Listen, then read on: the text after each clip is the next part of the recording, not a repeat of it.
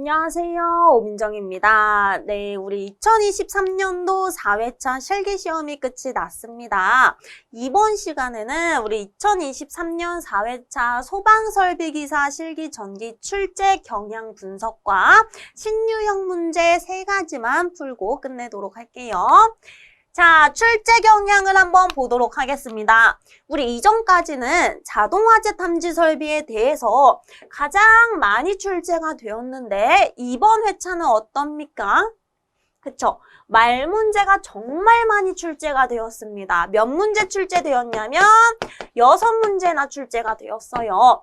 또한 요 말 문제에 있어서 배점도 정말 컸습니다. 총 38점이에요. 자, 그러면 첫 번째부터 다시 한번 차차 보도록 할게요. 자, 자동화재 탐지 설비는 5문제가 출제가 되었어요. 첫 번째는 정온식 스포트형 감지기의 열감지 방식 5가지를 쓰시오. 매우 어렵죠? 자, 두 번째는 가닥수 산정에 관해서 출제가 되었습니다. 우리 가닥수 산정을 어떻게 해야 되는지 배점이 제일 높았던 문제입니다. 10점. 자, 그 다음 세 번째는요. 감지기 개수를 산정하시오.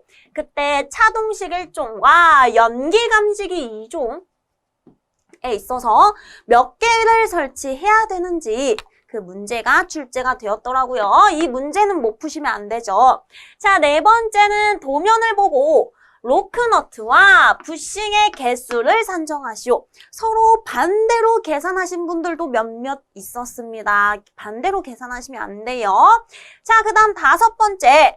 천장의 높이가 20m 이상이랍니다. 천장의 높이가 높아버리게 되면은 감지기가 적응성이 없어요. 열은 올라가다가 식어버릴 겁니다. 따라서 20m 이상일 때 적응성이 있는 감지기 종류의 열 감지기는 쓰셨으면 안 됩니다. 이렇게 5문제 총 몇 점이냐? 32점.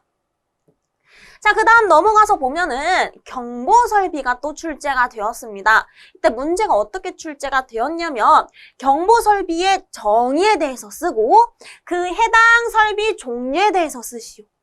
종류가 도대체 무엇이지 하고 많이들 당황하셨다고 하더라고요. 자, 종류는 무엇이 있습니까? 가장 대표적으로 자탐 설비 있죠. 그리고 자동화재 속보 설비, 비상방송 설비, 비상경보 설비 등등. 자, 그 다음 계산 문제는 2문제가 출제가 되었습니다. 첫 번째, 극수와 전력 계산. 두 번째, 최대 전력 조건. 자, 얘네 2개를 어디서 우리가 배우고 왔냐? 필기 시간에 배우고 온 것입니다. 그 중에 최대 전력 조건은 이따가 같이 풀어보도록 하겠습니다. 자, 그 다음 말 문제를 한번 보도록 할게요. 총 몇 문제? 6문제. 몇 점? 38점. 말 문제 또한 많이 출제가 되어서 많은 분들이 어렵다라고 생각을 하셨을 것 같더라고요. 자, 이산화탄소 소화 설비 음향 경보에 대해서도 출제가 되었습니다. 뿐만 아니라 착공신고 대상 3가지를 쓰시오. 얘도 어디서 우리가 보고 왔냐면 필기, 법규 시간에 보고 온 내용입니다. 필기, 법규. 자, 3번째는요. 감지기 회로에 관한 사항들. 4번째는 광원 점등 방식의 피난 유도선 설치 기준 몇 가지? 5가지를 통으로 쓰시오라고 나왔습니다. 어렵죠? 자, 무선통신 보조 설비에 증폭기에 관한 말 문제도 출제가 되었으며 감지기 설치를 하면 안 되는 감지기 설치 제외 장소도 출제가 되었습니다. 자, 우리 얘는 말 문제 암기법에 있었어요. 마지막으로 유도등과 비상조명 등에 있어서 비상 전원 용량이 평상시에 얼마입니까? 20분 이상입니다. 하지만 비상전원 용량이 60분 이상인 경우가 2가지가 있습니다. 그 해당 2가지에 대해서 쓰시오라고 출제가 되었어요. 자, 넘어가서 보시면 회로 문제 2문제다. 첫 번째는 교차회로 방식의 논리식. 얘는 교차회로는 곱해주셔야 되죠. 그 논리식을 쓰고 무접점 회로를 그리고 진리표를 채우시오라고 출제가 되었습니다. 이제 넘어가서 Y델타 기동 방식의 시퀀스 회로. 조금 어렵게 출제가 되었더라고요. 그 다음 마지막 기타 사항 보시면 누설 동축 케이블의 용어. 자, 얘는 우리 관연도 기출에 그대로 들어가 있었던 문제입니다. 자, 여기까지 해서 어떠한 문제들이 나왔는지는 살펴보았고, 이번 회차는 자, 가닥수 문제 또 틀리신 분들이 꽤나 많았습니다. 우리 강의 들으신 분들은 틀리지 않았어요. 하지만 가닥수 산정에 있어서 처음 접근하신 분들은 못 푸셨을 것 같습니다.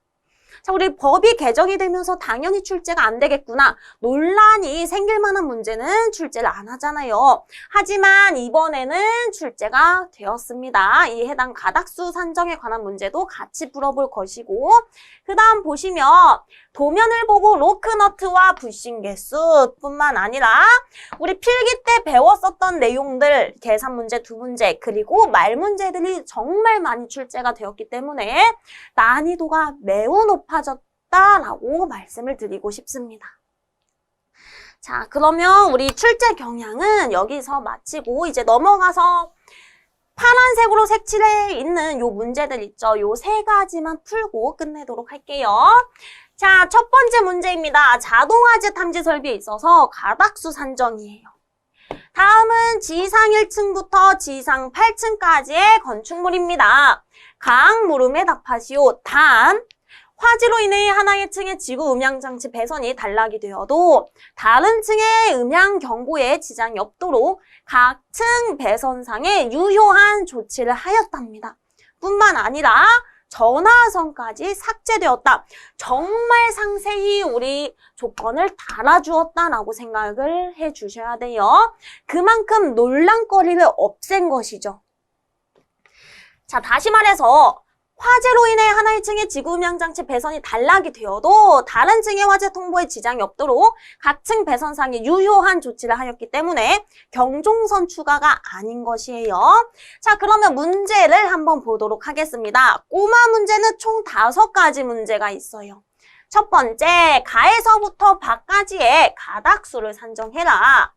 가, 나, 다, 라, 마, 다. 자, 얘를 보니까 우리 발신기함 세트가요. 그쵸? 옥내 소화전함과 같이 있네요. 그러면 기본 가닥수가 몇 가닥입니까? 8가닥입니다. 지구, 공통, 응답, 그 다음 경종, 표시 등, 마지막으로 경종, 표시 등, 공통선. 뿐만 아니라 우리 하나 더 있죠.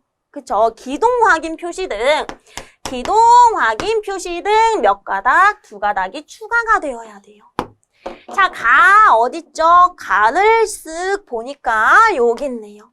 자, 가는 우리 맨 왼쪽에 있어서 7층부터 5층까지의 얘를 끌고 오는 것입니다. 따라서 지구선 몇 가닥? 발신기 3개이기 때문에 지구선 3가닥. 공통 1가닥, 응답 1가닥, 경종 1가닥, 표시 등 1가닥, 경종 표시 등 공통선 1가닥, 기동 확인 표시 등 2가닥, 총 3, 4, 5, 6, 7, 8, 10가닥이네요. 가는 10가닥. 자, 나는요, 2번째 줄에 얘네 2개를 끌고 옵니다. 따라서 지구는 몇 개냐? 2개네요. 지구 2개. 공통 하나, 응답 하나, 경종 하나, 표시 등 하나, 경종 표시 등 공통선 하나, 기동 확인 표시 등 2개 해서 2, 3, 4, 5, 6, 7, 9가닥이네요. 자, 다시 한번 강조드리지만 우리 경종은 추가하지 않습니다. 왜냐? 일제 경보 방식에 해당이 되고 문제 자체에서 각 층 배선상에 유효한 조치를 했다라고 명확하게 명시해줬기 때문에 자, 그 다음 다를 한번 보도록 하겠습니다. 다 어디 있습니까? 여기 있어요. 8층부터 4층까지를 다 끌고 옵니다. 하나, 둘, 셋, 넷, 5. 지구는 5가닥, 공통 1가닥, 응답 하나, 경종 그대로 1가닥. 표시 등 하나, 경종 표시 등 공통선 하나, 기동 확인 표시 등 2개, 5, 6, 7, 8, 9, 10, 12가닥입니다. 자, 그 다음 이어서 라를 한번 보도록 할게요. 자, 라를 보시면 3층에서 수신기로 그대로 들어갑니다. 그러면 3층 위에 있는 것들은 3층으로 끌고 오고 3층 밑에 있는 1층과 2층 또한 3층으로 끌고 와서 3층 것까지 같이 해서 수신기로 들어간다라고 생각을 해주셔야겠죠. 그쵸? 자, 그러면 지구는 몇 개입니까? 하나, 둘, 셋, 넷, 다섯, 여섯, 일곱, 8개입니다. 지구 8개. 자, 공통은 지구 7가닥까지의 공통선 하나가 담당할 수 있는 것이고 7가닥을 초과하게 되면 공통이 1가닥이 추가가 되죠. 따라서 공통이 이제 2가닥이 되는 것이에요. 자, 응답 하나, 경종 하나, 표시등 하나, 경종 표시등 공통선 하나, 그 다음 마지막으로 기동 확인 표시등 둘, 8, 10, 11, 12, 13, 14, 16가닥이네요. 자, 그 다음 이어서 말을 한번 보도록 하겠습니다. 말은 맨 오른쪽에서 1층 거 하나 끌고 올라갑니다. 따라서 기본 가닥수 하나, 경종 표시 등 공통선이 아니라 기동 확인 표시 등 2가닥 해서 8가닥이네. 자, 마지막 반을 한번 보도록 할게요. 반은 여기 있습니다. 1층에서 7층 것까지 한 번에 끌고 와서 수신기로 들어간다. 따라서 지구 몇 개냐? 하나, 둘, 셋, 넷, 다섯, 여섯, 일곱. 지구 7개. 공통은 추가인가요? 추가 아니에요. 왜냐?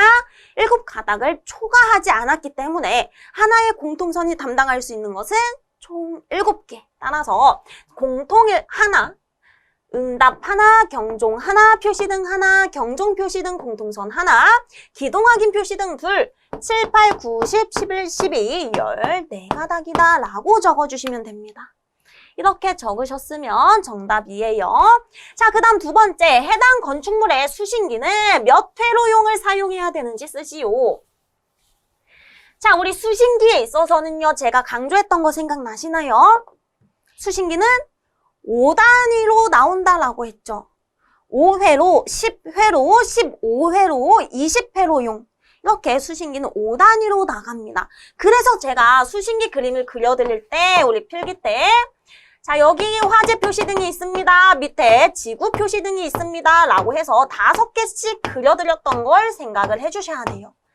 따라서 내가 지구 선수를 세어봤는데, 지구 선수가 8개였대요.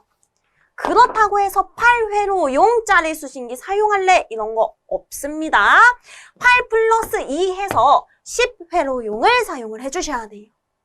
지구 선수가 11가닥이었답니다. 그러면 그쵸? 15개, 15회로용짜리 수신기를 사용을 해주셔야 됩니다. 얘는 당연히 P형 수신기입니다. 자, 해당 건축물의 수신기는 몇 회로용이냐? 지구 선수를 한번 세어보도록 할게요. 1개, 2개, 3개, 4, 5, 6, 7, 8, 9, 10, 11, 12, 13, 14, 15, 16, 17, 18, 19, 20, 23, 23개네요, 지구 선수가. 그러면 23회로용이냐? 아니다. 25회로용이다. 25회로용짜리 수신기를 사용을 해야 된다라고 적어주셨어야 됩니다. 자, 그 다음 3번 보도록 하겠습니다. 5층에서 단락이 되었을 때 몇 층의 경보가 울려야 되는지 쓰시오. 자, 얘는 우리 우선경보 방식 하나만 정리를 하고 시작하도록 할게요. 자, 우선경보 방식입니다. 우선경보 방식은 첫 번째, 자동화재 탐지 설비와 비상 방송 설비가 동일하죠. 언제 우선경보 방식을 채택을 합니까? 지하층을 제외한 층수가 11층 이상인 특정 소방 대상물에 있어서. 그런데 공동주택일 경우 몇 층? 16층 이상. 그러면 우선경보 방식을 채택을 하고, 자, 이때 지상 2층 이상에서 화재가 발생했다라고 생각을 해볼게요. 지상 2층 이상에서 화재가 발생했답니다. 어디에 우선경보가 울려야 될까요? 해당 발화층과 그 직상 4개의 층에 경보가 울려야 되는 것입니다. 자, 2번째, 이제는 지상 1층에서 화재가 발생했답니다. 그러면 경보가 어디에 울려야 되냐? 해당 발화층과 그리고 직상 4개의 층. 직상 4개의 층이기 때문에 2, 3, 4, 5층이겠죠. 2, 3, 4, 5. 그 다음 지상 1층에서 화재가 발생하면은 우리 지하층에 있는 사람들은 매우 위험해집니다. 따라서 모든 지하층에도 화재가 아니죠. 우선 경보가 울려야 되는 것이에요. 자, 마지막. 지하층에서 화재가 발생했다라고 생각을 해볼게요. 지하층에서 화재가 발생했으면 해당 발화층과 그 다음 지하층일 때는 직상층입니다. 직상 4개의 층이 아니라 이때는 직상층뿐만 아니라 기타의 지하층에 모두 경보가 울려야 된다. 자, 그런데 얘를 보니까요. 몇 층짜리 건축물입니까? 8층짜리 건축물이에요. 그렇기 때문에 우선경보 방식 채택하지 않아요. 일제경보 방식입니다. 그런데 여기서 5층에서 화재가 발생했대요. 화재가 발생하면 단락이 생겨버리는 것이죠. 그러면 울려야 되는 층은 몇 층일까요?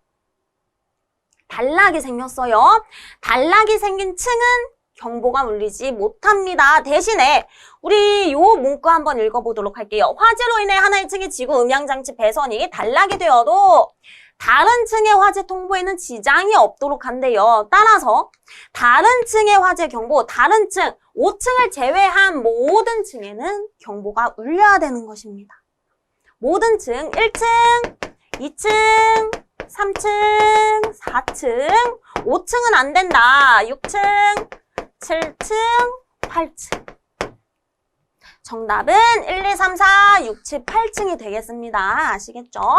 자, 그 다음 넘어가서 4번 한번 보도록 할게요. 음향장치는 전격 전압의 몇 % 전압에서 음향을 발할 수 있는 것으로 해야 되는가?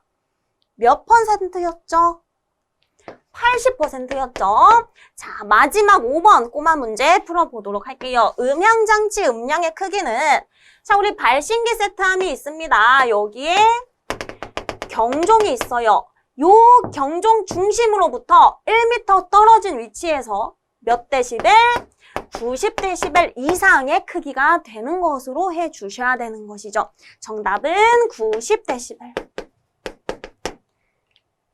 자, 그러면 첫 번째 문제는 여기서 끝내고 이제 두 번째 계산 문제 한번 보도록 하겠습니다. 요 문제를 보시면 많이들 당황해 하셨을 거예요. 우리 실기에서는 한 번도 출제가 된 적은 없었던 문제죠. 이 문제는 필기 때 출제가 되었던 문제 중에 하나입니다. 다음을 보고 각 물음에 답하시오. 자, 첫 번째, 부하에 전력이 최대로 전달되는 조건을 써라. 최대 전력 조건이죠. 최대 전력 전달 조건이죠. 자, 언제 최대가 되냐? 얘는 건전지로 제가 설명을 해드리도록 할게요. 자, 해당 건전지가 있습니다. 건전지에는 전부 내부 저항이 있어요. 내부 저항 R이라고 할게요. 스몰 r. 그리고 여기에 부하 하나가 연결이 되어 있는 것입니다. 부하 저항은 대문자 R이라고 하겠습니다. 자, 건전지로부터 부하 저항에 언제 최대 전력을 전달할 수가 있냐 하고 계산을 해보니까요. 요 내부 저항 R이 부하 저항 R과 같을 때랍니다. 따라서 이때에 전달되는 전력 P는 VI고 얘는 I제곱 R로서 구할 수가 있겠죠. I를 먼저 구해보도록 하겠습니다. 전류 I는 ohm의 법칙 이용해서 R분의 V입니다. 자, 이때 R은요, 어떻게 됩니까? 내부 저항 R과 부하 저항 R이 우리 직렬로 연결되어 있기 때문에 R 플러스 R로서 구할 수가 있는 것이고 얘분의 V예요. 그런데 언제 최대 전력이 전달된다고요? 얘네 두 개가 같을 때 따라서 얘를 R이라고 두면은 이 R분의 V가 되는 것이에요. 그러면 얘를 여기에 그대로 대입해 주시면 되겠죠. 따라서 전력 P는 이 R분의 V의 제곱 곱하기 R이다 라고 구할 수가 있는 것이며 얘를 제곱해보게 되면은 4R 제곱분의 V의 제곱 곱하기 R인 것이죠. 따라서 얘의 약분이 되면서 4R분의 V제곱이다. 요게 끝입니다. 자, 얘를 여기에 그대로 대입을 해주시면 돼요. 자, 부하의 전력이 최대로 전달되는 조건은 얘가 외부 저항이었대요. 얘를 RS라고 출제가 되었습니다. 그러면 여기의 저항과 얘의 저항이 같을 때겠죠. 따라서 RS를 RL이다 라고 두고 풀어주시면 됩니다. 이제는. 자, 그러면 요 식을 이용을 해서 전류 I는 RL에 2RL이죠. 이제는 2RL분의 V다. 그러면 이제 얘를 여기에 대입을 해주게 되면 끝입니다.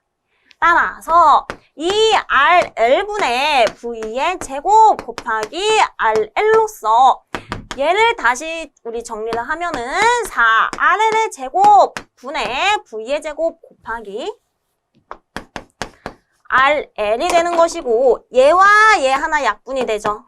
최종적으로 정답은 4R분의 V제곱이다. 요렇게 써주시면 끝이에요. 자, 그러면 2번까지 끝이 났네요.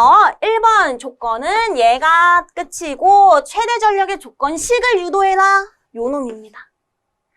자, 이제 넘어가서 우리 넘어가기 전에 제가 추가적으로 뭔가 설명을 해드리고 싶어가지고 하나 적어왔어요.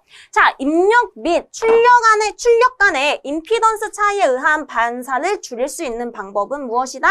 임피던스 매칭입니다. 다시 말해서 우리 얘 앞에처럼 요 값과 요 값을 동일하게 매칭시키게 되면은 최대 전력을 전달할 수가 있다라고 생각을 해주세요. 최대 전력을 전달할 수 있다. 언제? 요 값과 요 값이 같아졌을 때, 임피던스가 매칭이 되었을 때입니다.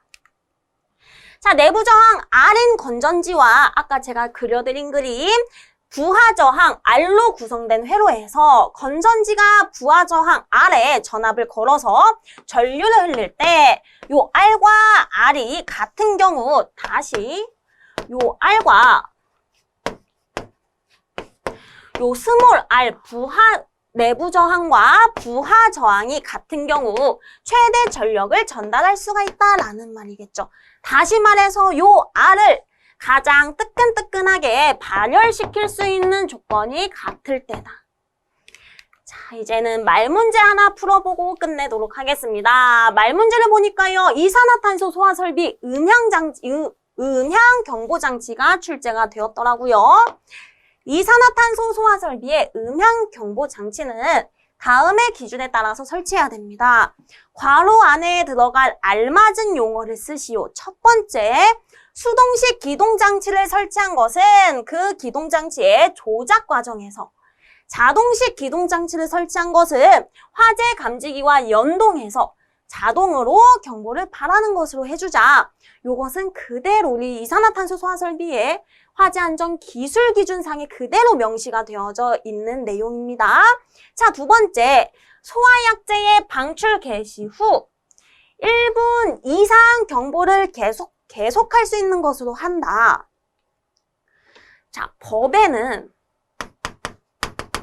1분 이상이라고 명시가 되어져 있어요.